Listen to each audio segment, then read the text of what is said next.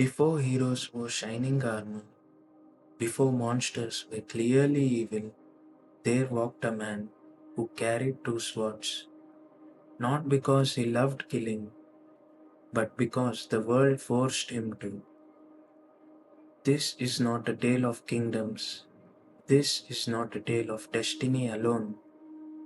This is the story of Geralt of Rivia and how monsters were never the real problem. Welcome to the world of The Witcher, the world before the story.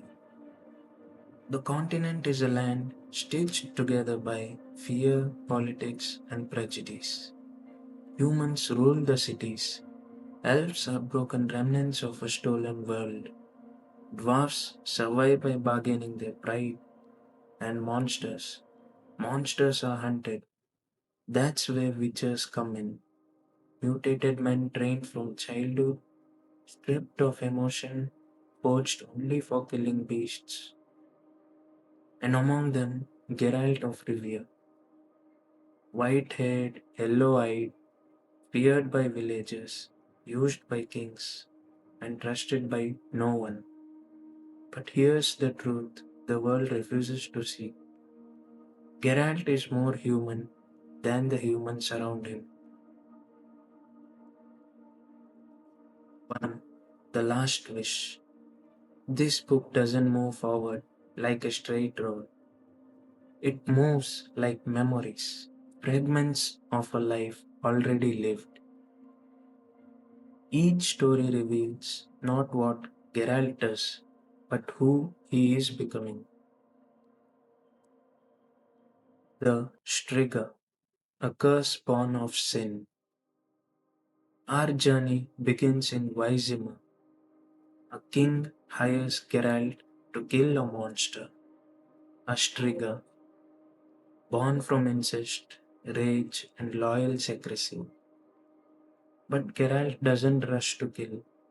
Instead, he asks, who created the monsters and who deserves punishment? Rather than slaying the beast, Geralt chooses the harder path to break the curse, risking his own life. He survives. The monster becomes human again, but the kingdom, it becomes rotten. Lesson 1 of The Witcher: curing monsters doesn't cure the world. The edge of the world, humans are the invaders. Geralt and his bard companion, Jaskier, travel to a quiet valley. They are hired to deal with the devil.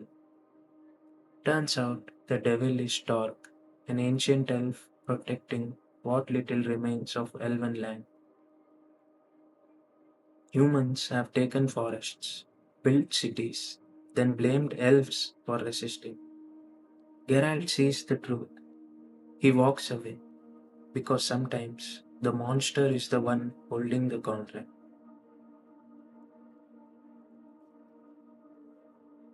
Yennefer, the price of power. Then comes Yennefer of Wengerberg. Their first meeting is chaos, magic, lust, manipulation. But beneath the sharp tongue and cold beauty lies a woman broken by transformation. Yennefer traded her body, her ability to bear children, her innocence. For what? For power. And she regrets it every single day. Geralt and Yennefer are drawn together not by destiny but by shared loneliness. They love fiercely, they hurt deeply, they separate endlessly. They are mirrors that hate what they reflect. The last wish, destiny is spoken. The most important moment comes with a jinn, a wish granting demon. Yennefer tries to control it. It turns against her. Geralt is given a final wish. He whispers something unheard by us. The djinn disappears. Yennefer lives. Later, she realizes Geralt bound their fates together, not with love, not with promises, but with destiny itself. 2. Sword of Destiny. If Book 1 asks who Geralt is, Book 2 asks something far more dangerous. Can he escape destiny? The law of surprise, a child bound to fate. Years earlier, Geralt saved a man's life. As reward, he invoked the law of surprise. Give me what you have, but do not yet know. That reward was a child, a girl, Cyrilla of Sintra. Ciri. Geralt runs from this responsibility. He believes destiny is a lie. Destiny, however, does not forget. Brokilon Forest, the first meeting. Ciri and Geralt meet in Brokilon Forest. Neither knows who the other truly is, yet they connect instantly. Something ancient, something unspoken. When they part, Geralt still refuses her because accepting destiny means accepting loss.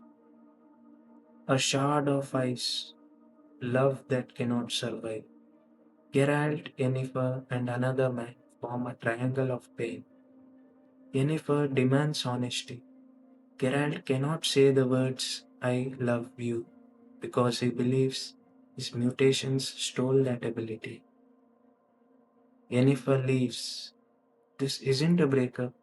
This is two broken souls realizing love alone is not enough. Destiny arrives. War comes. Sintra falls. Ciri loses everything. She runs. Geralt searches. The world burns. And finally, fates stop pretending. Geralt finds Ciri again, this time knowing exactly who she is. She runs into his arms and says, You're my destiny. Geralt finally understands destiny isn't a chain, it's a promise waiting to be accepted. What The Witcher is really about. The Witcher is not about monsters, it's about choosing the lesser evil, living with consequences, loving despite knowing it may destroy you. Geralt does not save the world, he barely saves himself, and that's what makes this story timeless. If you stay till the end, then welcome. You're already part of this world. In the next videos, we'll continue this journey deeper into blood, prophecy, and war.